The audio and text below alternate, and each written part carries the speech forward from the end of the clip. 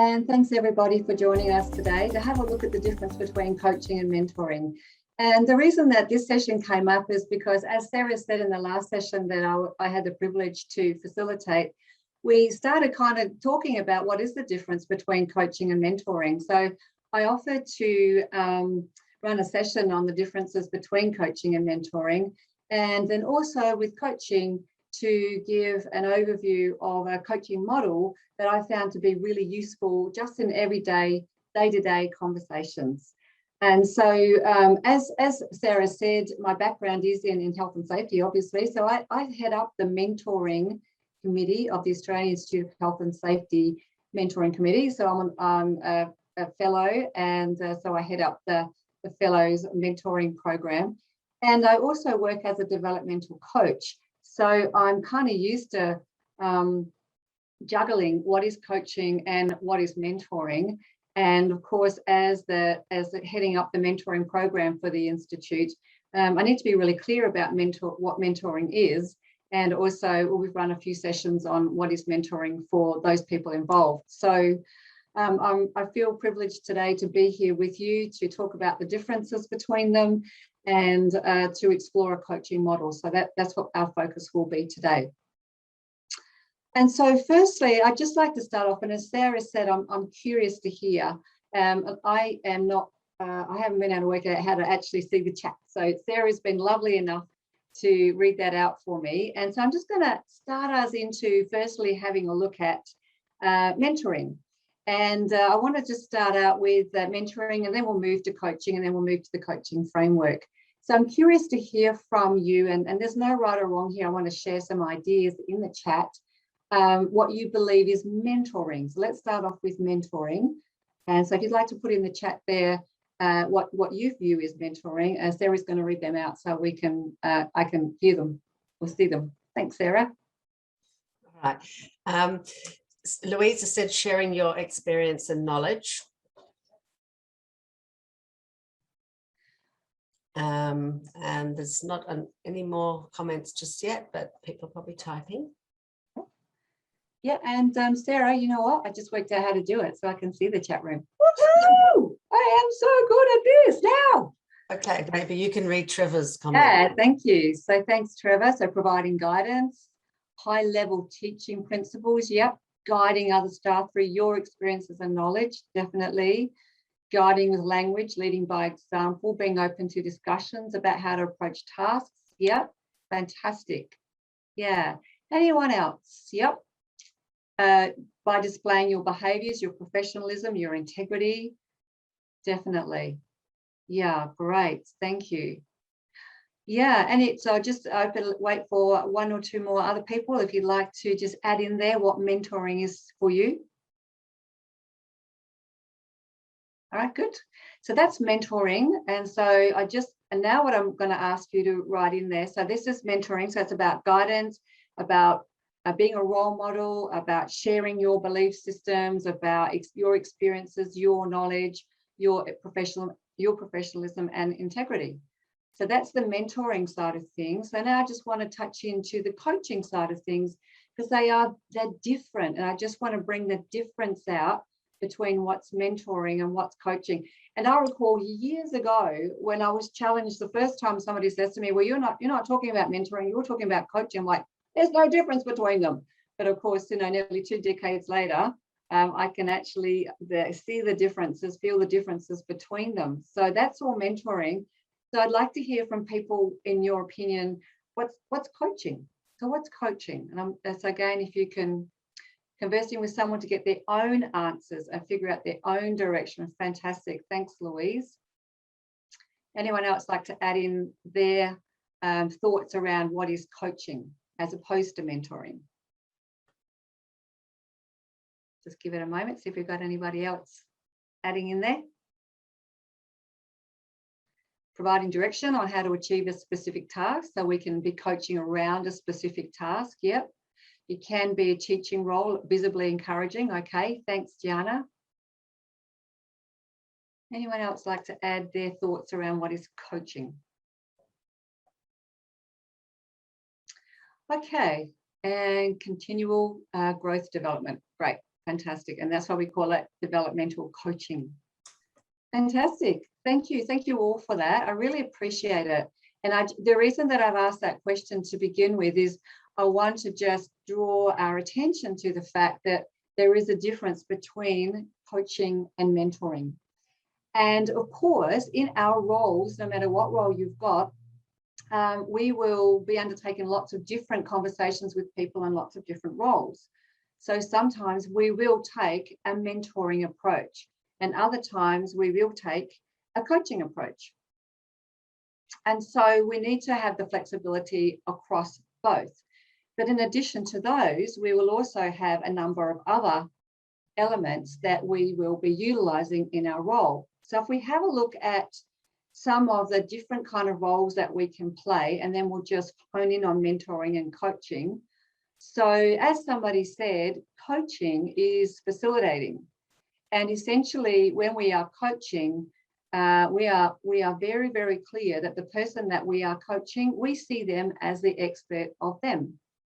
And so coaching is very much facilitating for effective performance. And the way we do that is through asking excellent questions. So really holding back, because we probably have the knowledge, we probably have the experience, we probably kind of have some idea of what would be the best action for them to take. But that's not coaching. So coaching is very much about asking great questions, giving people feedback about what you've observed, and creating space for the other person to explore their question from a greater perspective. So coaching is about helping a person to step out and have a look at a situation from a broader perspective, and then perhaps be able to identify different ways of approaching that situation.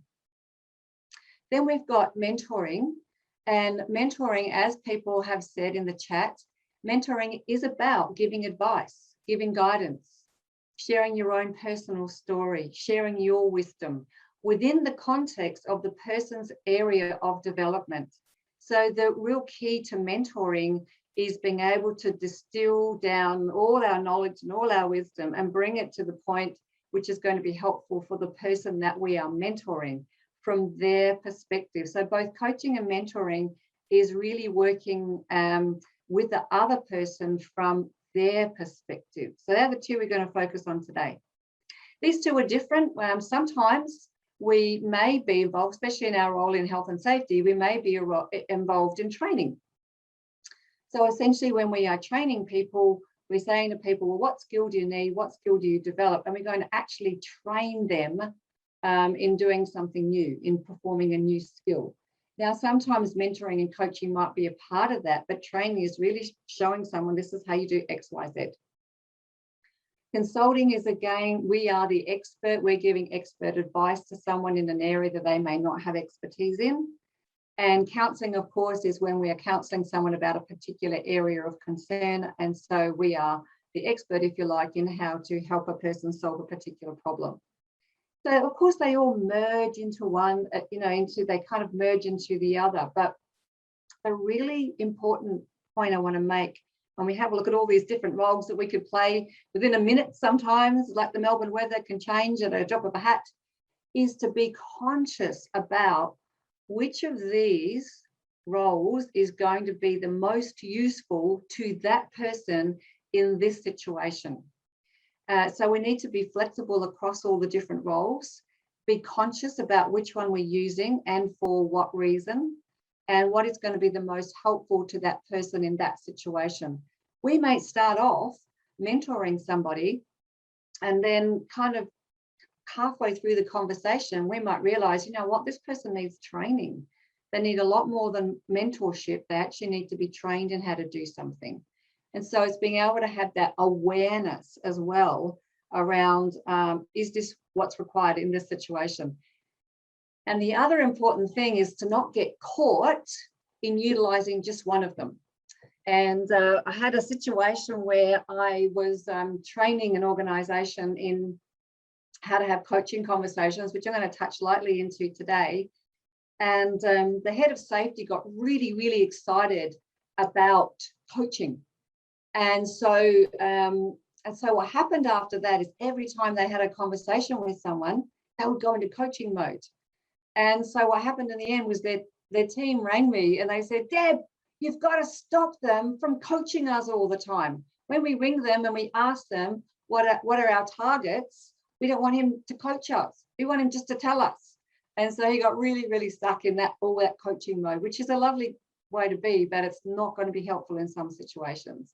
So bring in awareness. Am I using the right one? Is the right fit for this conversation? And don't get stuck. So let's have a look at mentoring to start off with, and some key skills in mentoring. As we go along, it'd be great if you've got anything that you'd like to put in the chat box, please do. I don't have it open anymore, but oh, there we go. There's my technical capability out the window. So I'll just ask Sarah to let me know if there's something in the chat that I need to know about. So let's have a look at a deeper definition of mentoring. And so this is something that I've really kind of been looking into over the last since I've been involved in the mentoring program. And I really liked this picture when I saw it, because essentially when we're mentoring and also when we're coaching, we are forwarding the process of human learning. And we're doing that as a silent dance partner to help the person develop through mentoring their own learning agenda and their own learning arena.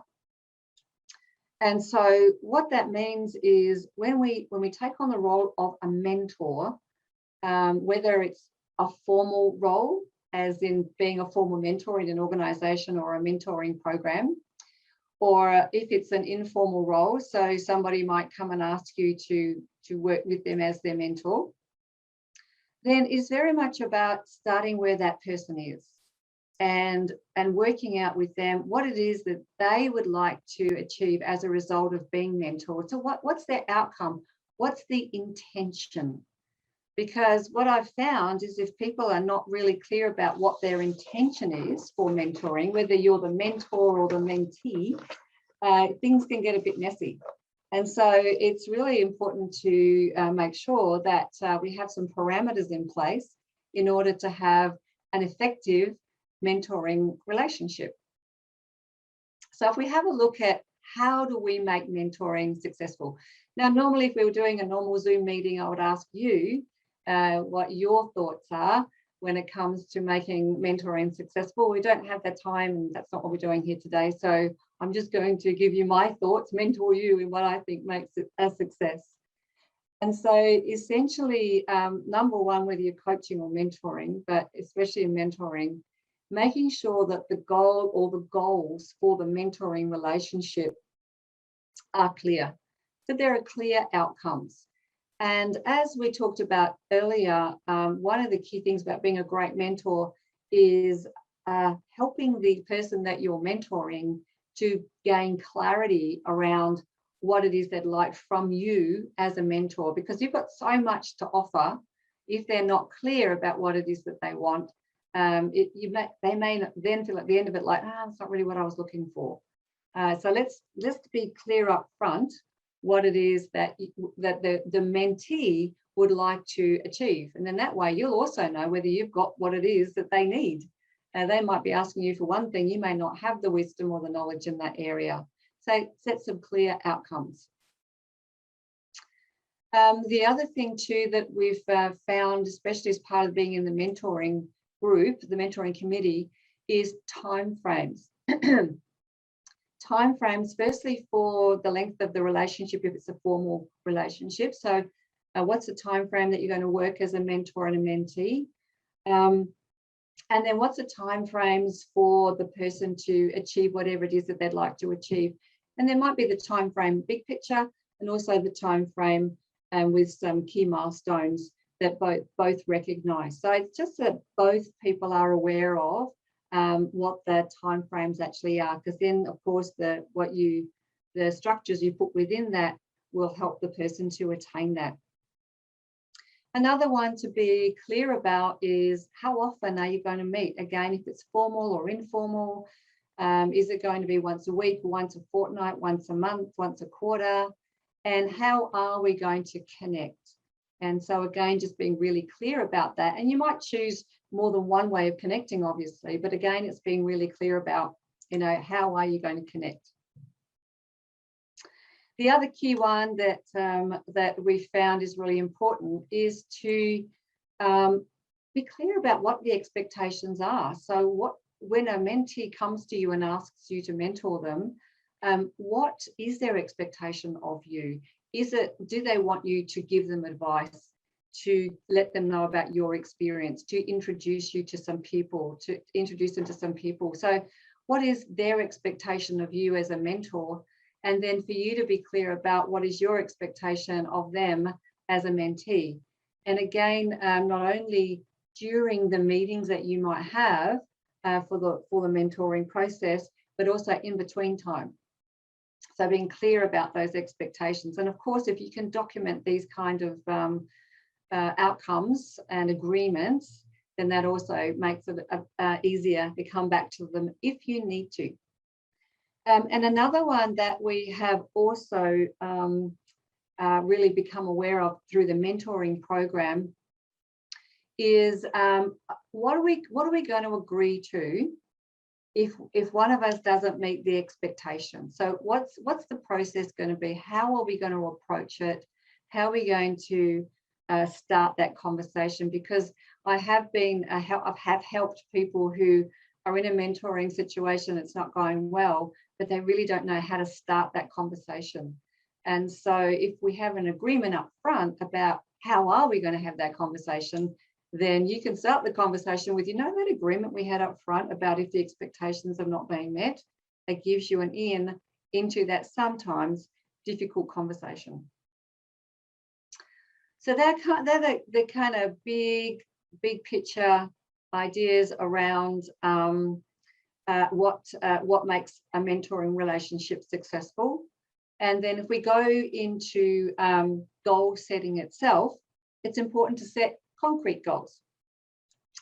And so in terms of goal setting, it's important, of course, that we encourage the mentees to take charge of setting the pace and also the direction that they want to go in. And so asking them when you're setting goals, so so the kind of questions that we can ask when we're setting goals are these kind of things. So asking them, so putting them in charge, even though you're the one with the wisdom and the knowledge and they're coming to you for that. Again, we talked about role modeling. So role modeling for them, how to take charge of their development, for them to be clear about what it is that they want. And so the conversation around goal setting is very much about asking them, okay, so if we agree and I agree to be a mentor for you, then what is it that you'd like to achieve through this? Is it competency development? Is it career advancement? Do you want to create more leadership skills for yourself? Is there a particular area that you're interested in learning about? So you might give them a little bit of a shopping list to go through if they're not quite sure. Now, it's wonderful when a mentee comes to you and says, I really want to learn about X. That makes it easy. But sometimes a person just knows they need something, but they're not clear about what it is. So sometimes you might need to provide them with a bit of a shopping list. Is it this? Is it that? Is it this? And until you're really clear about what the goals are, it's difficult to move on. Even if you just set them and then you might massage them as you go, that's fine. But having some clarity up front really helps. The question to ask your mentee also is, how will you know when you've reached these goals? So how will you know that? And because some people say, well, I really want X. And when you ask them, well, how will you know that you've got this? That helps them to be a lot clearer and in their own mind, knowing what it is that they want. So how will you know that you've reached these goals is a really important question to ask. And then another great question just to start the mentoring relationship and bring some focus into what you might work on together is asking them about, well, as we're moving toward this goal, what challenges do you think might come up for you? And so kind of like being the devil's advocate, if you like. So what might happen? What might get in your way? What might stop you from progressing? What challenges do you think will come in your way? And then that way, again, you are preempting what could get in the way and making a plan for that as well. So really setting goals with the person and making sure that they're clear can help the pathway of the mentoring relationship. And the other nice thing to think about is, and you can either disclose this to the person you're mentoring or not, but is also to think about yourself as the mentor and ask yourself the question and take some time to reflect on, what are your goals? You know, what are your personal goals for being a mentor? So beyond, of course, the rewards of helping someone shape their career or shape their profession or shape themselves and their growth, is there anything for you that you would like to develop within yourself from the mentoring relationship? Are you seeking greater awareness? Are you looking for your own personal development in some way? Are you working on your communication skills? So really being clear in your own mind or having some time to reflect on, okay, so what would I like to achieve as a result of being a mentor in this relationship? So we've looked at what is a mentor. We've looked at the bigger picture, what makes mentoring successful. We've looked at some goal setting questions. And then, of course, at the completion of the mentoring relationship, it's a good idea to have a way of closing the mentoring relationship off. Now, sometimes it could be you close it off and then you decide that you might check in with each other on a regular basis. But it's nice also to have a closure meeting and really talk about and summarize what was achieved, how was it achieved, what was the relationship like, and so to have a completion meeting with the person that you're mentoring. And so if we have a look at some completion questions, one that I really like to ask is, what did you do that surprised yourself? Because the thing about humans, of course, is that we're negatively biased, and generally we will forget all the great things that we've done, and we'll focus on the things that we didn't do or the things that didn't go so well. So one of the people that I'm coaching at the moment, when I asked them what something meant for them, so they're working on getting really, really organized for meetings. They're doing such a great job in that, like they're really doing the work and practicing. And when I asked them, so what has that meant for them to be, you know, more organized around attending meetings? They went in, well, they said, oh, I don't stuff up anymore, and I don't make mistakes anymore, and I don't waste time anymore. And I'm like, that's what the things you don't do. What about what you do? And so it's really nice as a mentor to help people to count the things that they do well, because usually we discount that, we forget that, and we foreground all the things that we didn't do or didn't do well. So a great completion question to help a person really integrate their learning through the mentoring relationship is to ask them, well, what did you do that surprised yourself? And so it just helps for them to measure the fact that they've done some learning. And then really exploring what was their greatest block. So what was the thing that they came up against that they felt really blocked about or blocked in terms of going forward, and exploring how did they overcome that? What did they learn from going through, over, under, around that block? And also what was their greatest breakthrough? And again, really counting the things that have gone well for them in the mentoring relationship. And it doesn't have to be, when I say greatest, it doesn't have to be this big shazam thing, you know, no, you know, never make a mistake again. It's not really that. It's just sometimes those little breakthroughs, those little aha moments where we finally go, right, if I'd put in my diary 20 minutes development time prior to a meeting, that meeting would have gone so well. So it's a little thing, but it can be quite a breakthrough. So asking them to count those breakthroughs. And again, doing some reflection, bring some awareness in terms of, you know, what were some of the significant turning points for you? So as we're going down this path and we're going into this direction, what was the significant turning point for you? Another one is, again, to build on the things that they find out about themselves And so in the completion questions, asking them, well, what new strengths have you got? What new qualities have you developed? What did you discover about yourself that now you can utilize on an ongoing basis? So again, counting the things that they have developed, not letting them go. A big one too is what and how will you celebrate your achievements? Because sometimes we get somewhere and then there's just no celebration. Now, again, doesn't have to be, you know, break out the champagne and have a big party, but it's really just how are you going to acknowledge, how are you going to celebrate you in achieving that particular thing that you achieved? And it might just be, I'm going to take myself out for a coffee. I'm going to give myself an hour's lunch break today.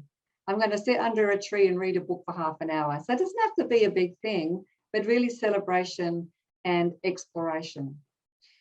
And then another good question for you to get feedback about yourself as a mentor and for them to have an opportunity to give you feedback as well is to ask them, were your expectations of the mentoring process met?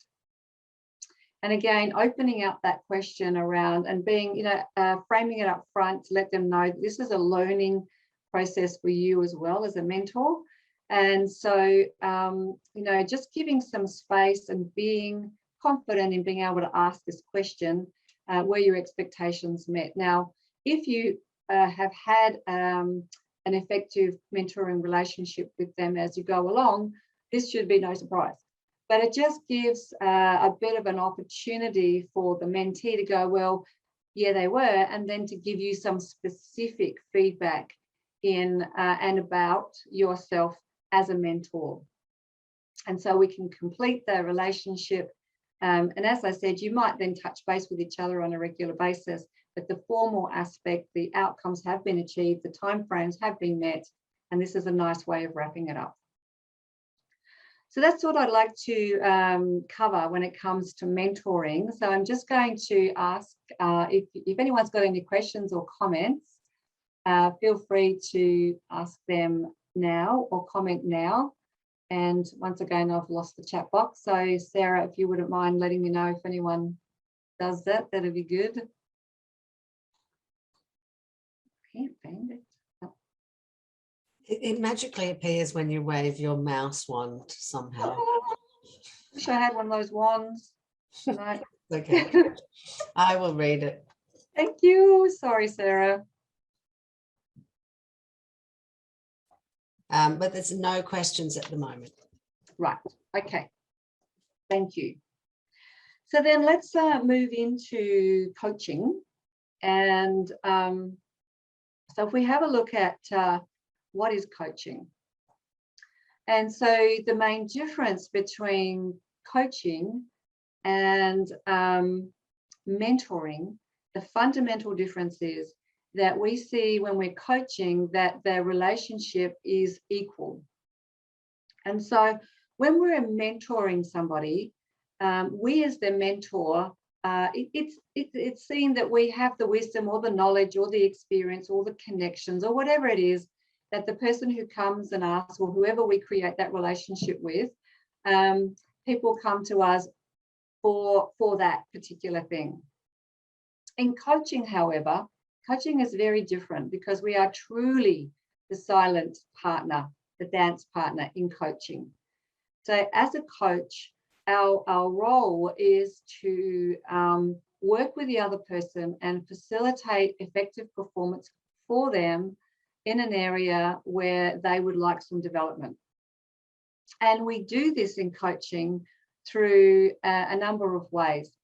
Key way of coaching is through questioning, and questioning in a skillful way.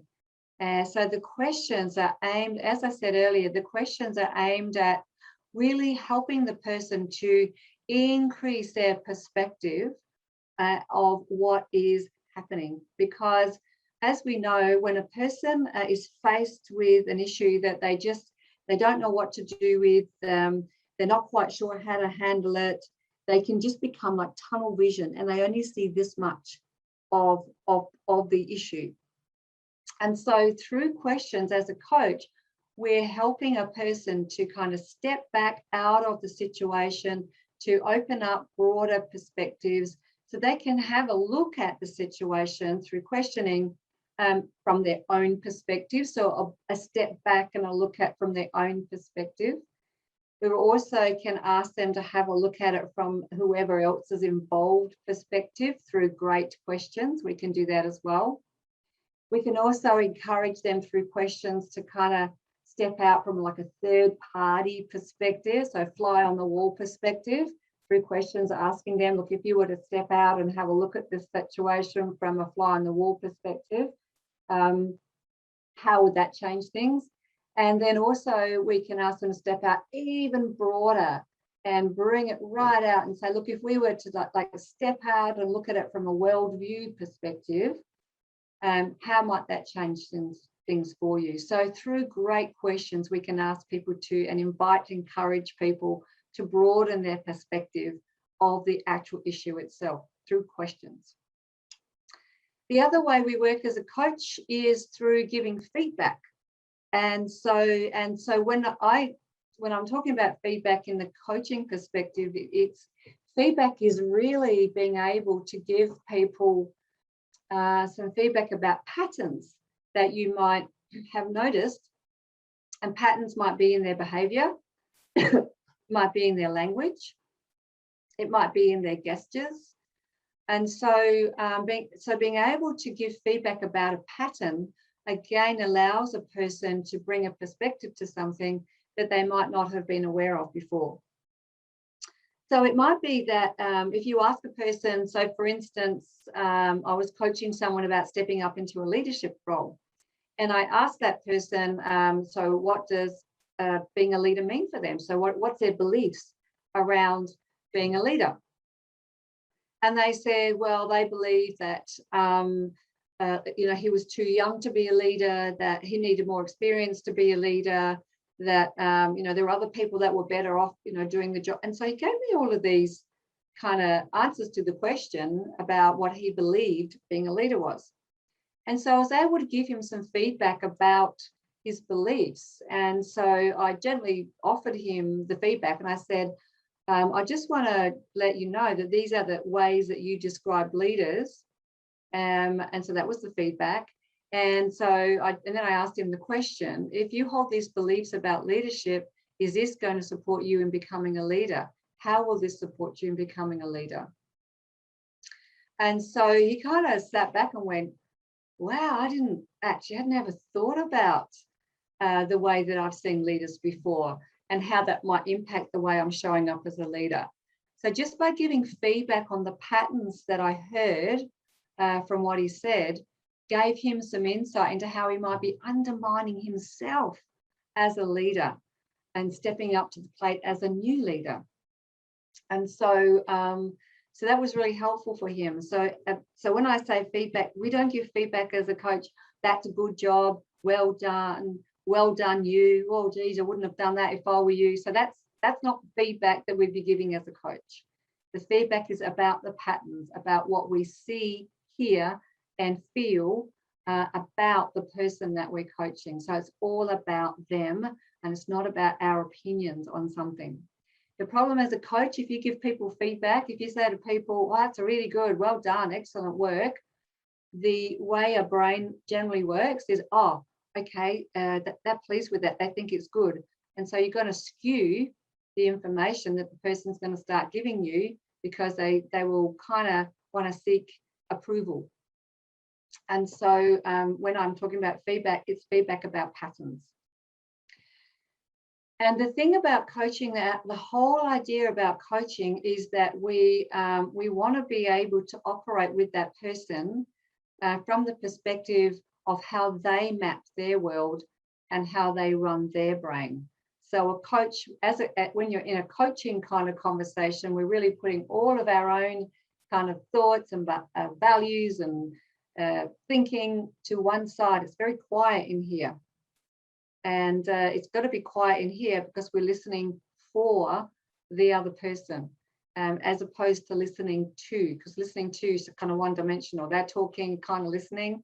Listening for is listening for their patterns, listening for the change in tonality, the use of the same word over and over again, the use of descriptions that may not be helpful for them. And you can see the little picture down here in the corner. The reason I love this picture, because as a coach, often what happens is a person will come to you and they go, oh my God, I got all these problems. The whole world is terrible and my whole life is falling apart. And so if you can see, like, that's what's kind of happening in most people's minds at that point. And so through questioning and giving feedback and helping a person understand how they're mapping the world, what you're doing is you're taking that chaos and you're helping them make sense of that. And so that's what coaching is in a nutshell. And so if we have a look at the kind of key framework, so what I've been kind of working on the last year or so is how do we take what can be a formal coaching program. So when I did my coaching session, I did my international coaching accreditation, and it was 9 days, and it was like from 9 in the morning till 9 at night, and there was like practice, which is fine if you want to be a developmental coach. But if you just want to kind of have a coaching conversations as part of your toolkit, what I wanted to do is kind of look, well, how do we distill it? How do we start a conversation with someone and help them gain clarity through in a conversational way? And so during all of my studies and stuff in coaching, one of the frameworks that we learned was this one. Now there are, as you're probably aware, there are a number of coaching frameworks out there, and all of them have got merit. So, you know, if you're already using a coaching framework, and normally here I'd ask, is anyone using a coaching framework? So maybe if you are using a coaching framework at the moment, you can pop that in the chat box if you like as we go through, just so that people become aware of different kind of coaching processes. So the coaching process, the coaching framework that I use, especially when I'm just having a coaching conversation with people, is this one. And yep, so thanks, Louise. I've heard of the growth model before. Obviously, I found the chat box again. So this one I really enjoy because if you have a look at it, it's the power model. And it's not about me being powerful as a coach, it's about me helping the person and supporting the person I'm coaching to be able to be clear about what it is they want and how they're going to get that. And so it's a power model because it's empowering the other person. So the first point, when you're in a coaching conversation, if you realize that coaching is what is the best mode of conversation to have with someone, then the first thing to work on is to, why isn't this working? Oh, it doesn't matter, it's over here. I'll just try it this way. Yeah, so the P is positive. And so the key as a coach, when you're having a coaching conversation with someone, is to help them to state what it is that they want from a positive perspective. And by that, what I mean is when I start coaching people, it doesn't matter conversationally or formally in developmental coaching, if I speak to somebody and I ask them what they want, generally what people will do is they start off with a negative, and they'll say something like, I just don't want to have the disagreements in my team meetings anymore. I just don't want that anymore. Well, that's not stated in the positive, that's stated in the negative. And it's stated in the negative.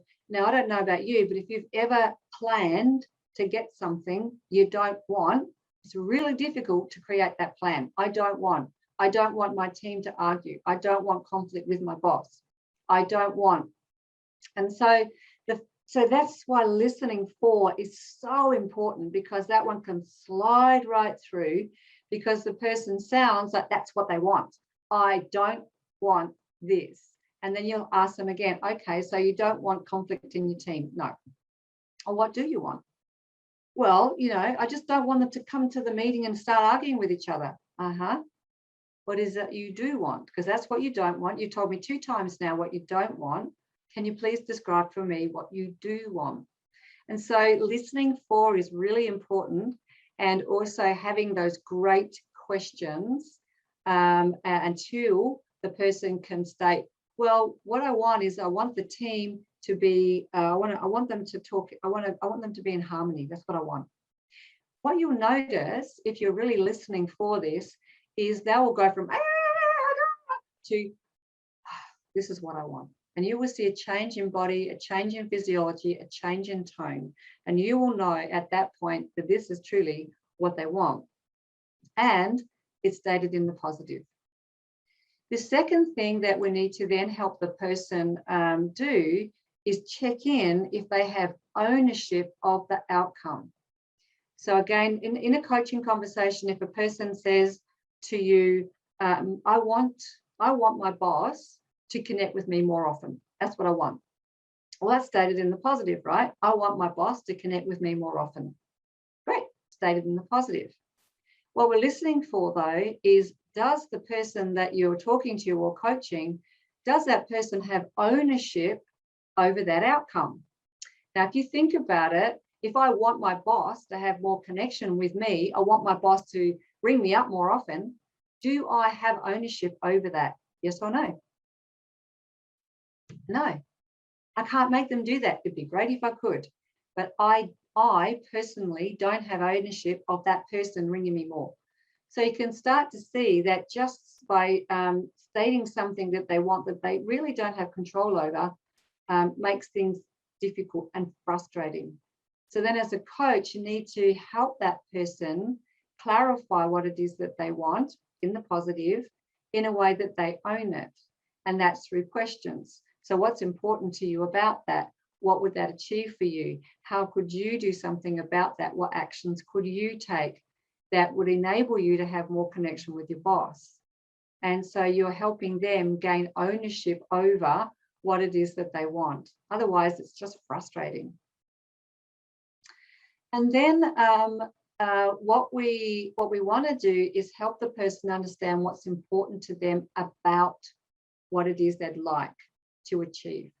If they don't understand why it's important to them or what's important to them about that, they might start out really, yeah, I'm going to do it, and then it just fizzles.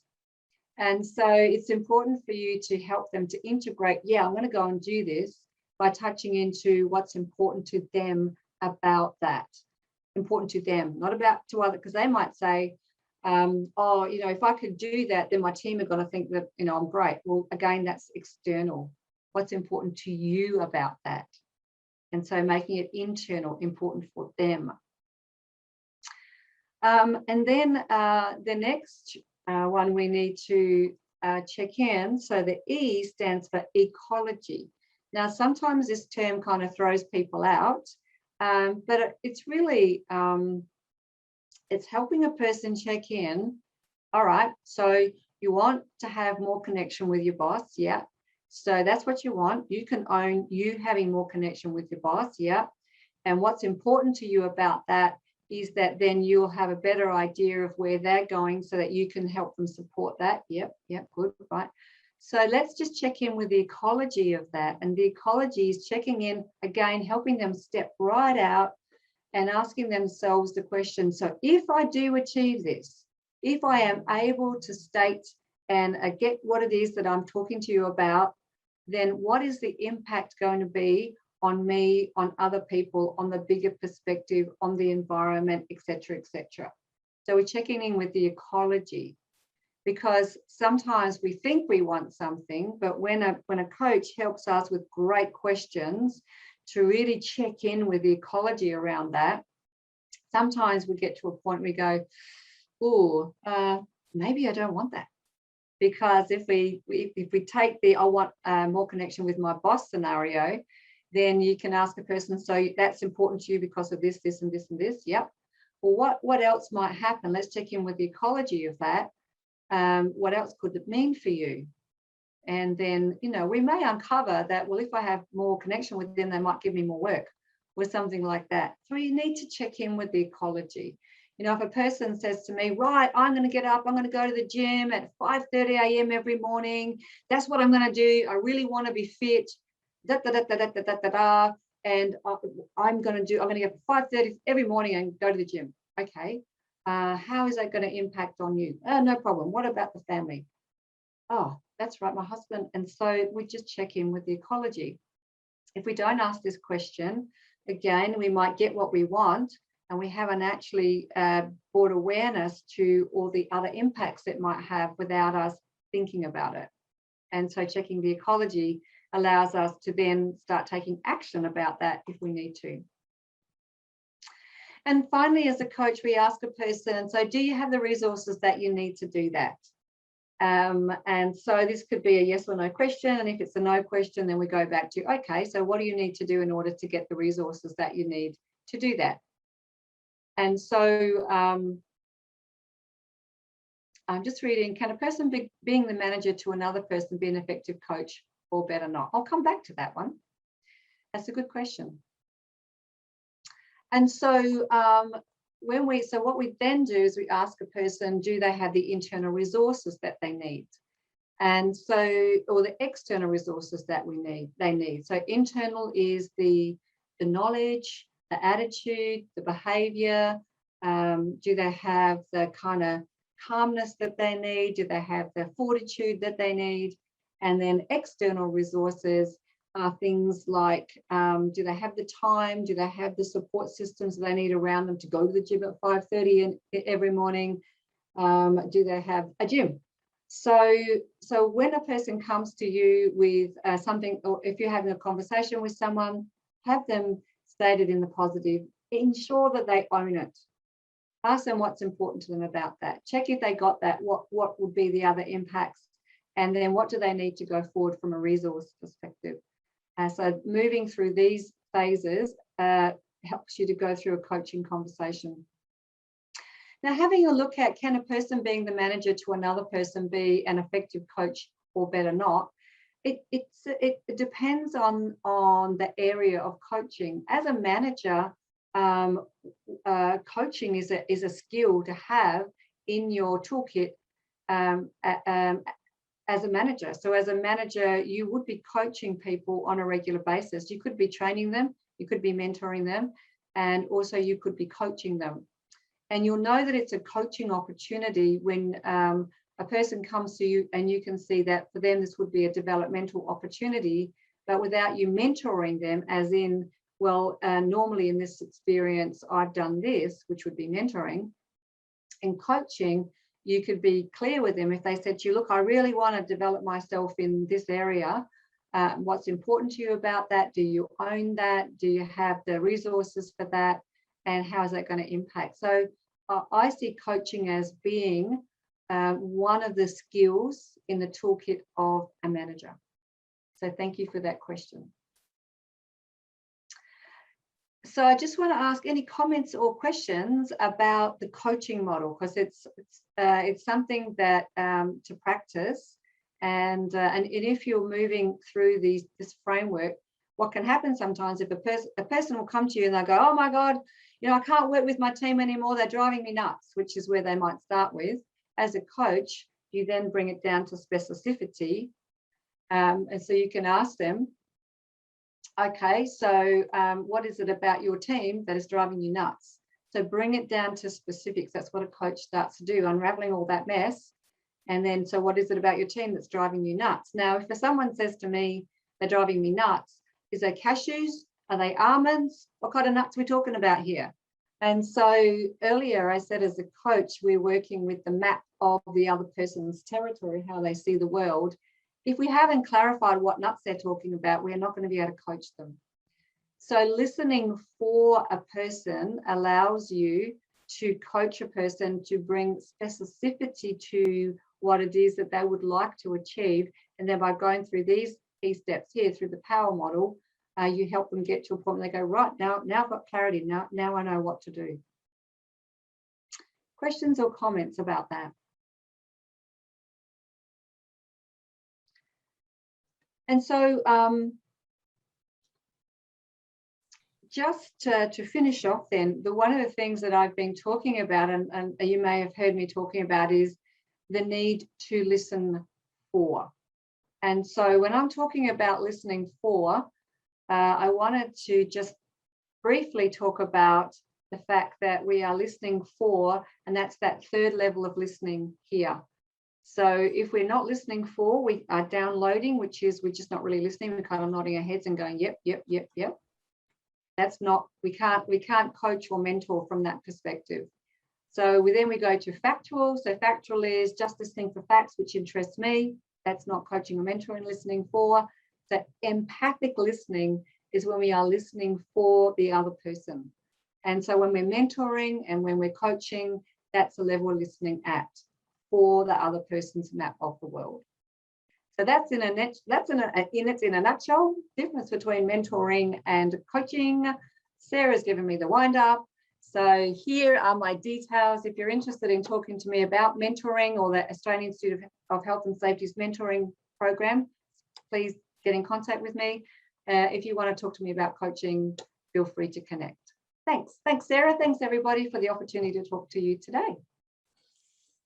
Thank you, Deborah. That was really great. I'm just going to share a couple of links in the chat. Where's the chat gone? Okay. For our webinars next week. There's two actually, because everyone wants to share their knowledge. I'll just put those through, and I just reminded that we'll send out an email today to with the recording for this and Deborah's contact details. Just a moment. Thanks, Sally. So we have a webinar next week on psychosocial risk management, and also one on a series of webinars on a completely different but very important topic of critical control management. So I'll just put that in the chat. Sorry, there's so many screens and chats and I'm getting lost. All right. So yes, Deborah, thank you very much for that. That was fantastic. We'll send out the email later today. And also just if anyone has any topics they want to hear from, we're coming to the end of this year, but for next year, just send me an email and let me know and we'll try to arrange those people. So thanks a lot, Deborah. I hope you get to enjoy your freedoms better tomorrow. All right. Thank you, everyone. Thanks a lot, Sarah. Thanks, everybody. See you later. Thanks. Bye.